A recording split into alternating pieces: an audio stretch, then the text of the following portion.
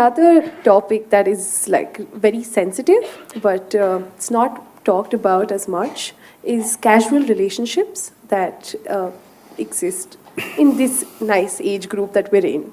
So, yeah, I'm just going to say good things about us. So, people engage in physical relationships today, and what they lack is a lot of emotions. And we want to know if it's opinion, I mean your opinion on it, and whether people do it by choice. Is it healthy? Is it, what to make of it? Mm-hmm. Can I tell you a joke? Yes, please.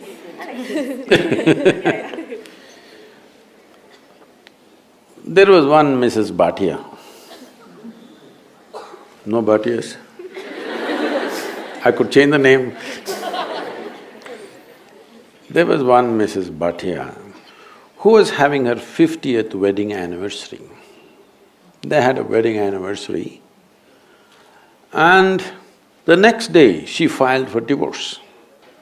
The judge saw the divorce petition. He was also a good family friend. So he called her and he said, "Why you want to divorce your husband? He's such a sweet little thing. Why do you want to divorce him? On what grounds you want to divorce him?" She said, "He's not been faithful to me. He's been cheating me." How do you come to this conclusion? Just yesterday you had your 50th wedding anniversary, you were fine yesterday, how do you conclude this? I got little nostalgic and started flipping through the photo album. Then I saw none of my 5 children resemble him.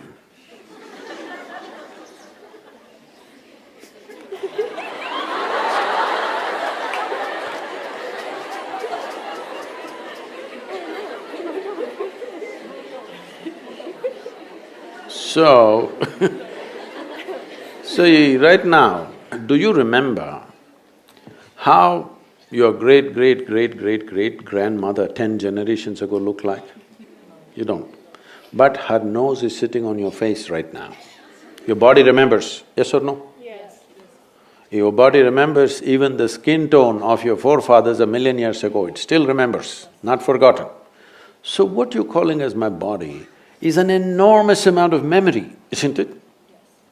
What you carry in your brain as memory is minuscule. What you carry in your body, there is evolutionary memory, there is genetic memory, there is karmic memory, there are articulate and inarticulate levels of memory. There is so much memory.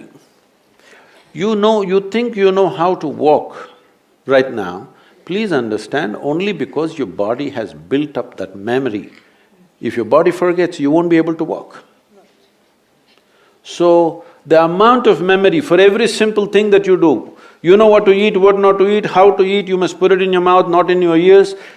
This may look funny, but you would not know if you don't remember. So, your body is a repository of tremendous amount of memory and it's picking up all the time. If you walk from here to here, there may be 50 different kinds of mild smells. You may not consciously notice, but the body is picking it up and it recognizes. All the time it's recognizing, that's how you know what is good smell, what is bad smell, this is this smell, that is… You recognize the different aspects of sound, smell, this, that, because constant recognition is happening. So this body memory, traditionally in this culture, we call this as runanubandha. That means physical memory that you build. You can either consciously build your physical memory or you can simply take in wild amounts of memory and go through lots of physical confusion. So wherever there is impact, I don't know if you still have these things, maybe in your generation is gone, but still there will be people in Bangalore city, if you ask them to… if you try to give them salt, they won't take it, they'll say, keep it there. If you try to give them sesame seeds, they will say, please keep it there. Because they have recognized many substances which can easily carry your memory and it will become mine if I take it.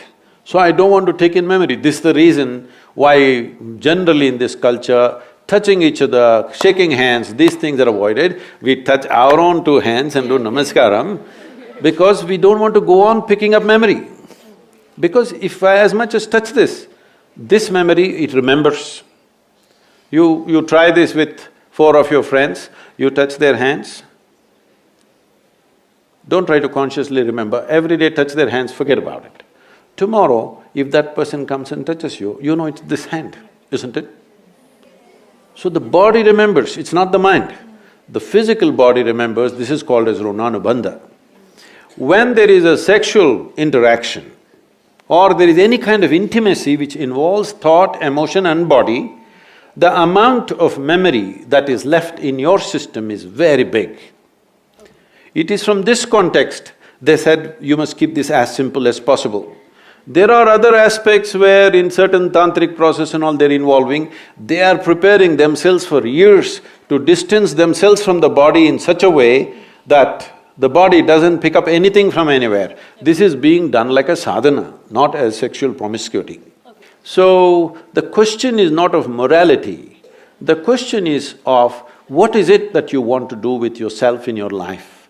If you want to be in such a way that in your life, your inner intelligence will be the most dominant thing in your life, not your physical body, then you must keep the body's memory as simple as possible.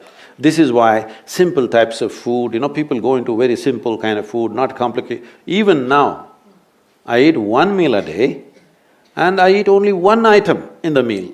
I won't eat 10.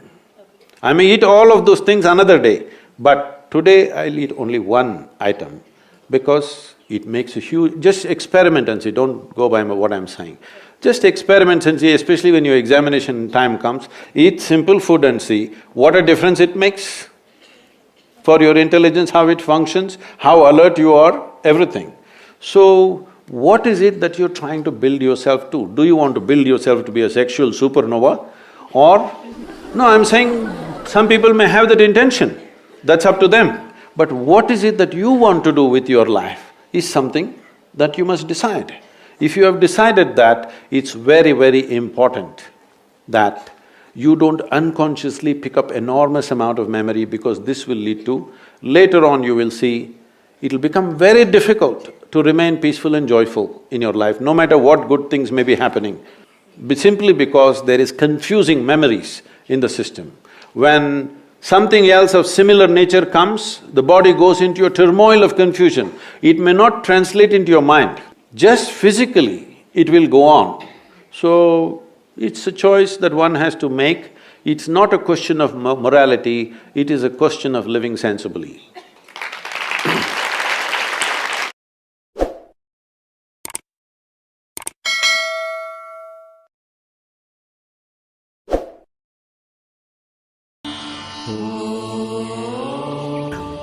Whatever you do, devote your whole mind, heart and soul to it.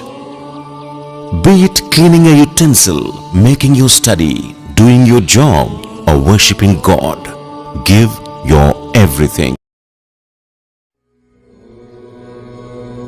సముద్రాన్ని ఆపోసన పట్టాలా, కొండల్ని పిండి చెయ్యాలా, సాధించగలవు.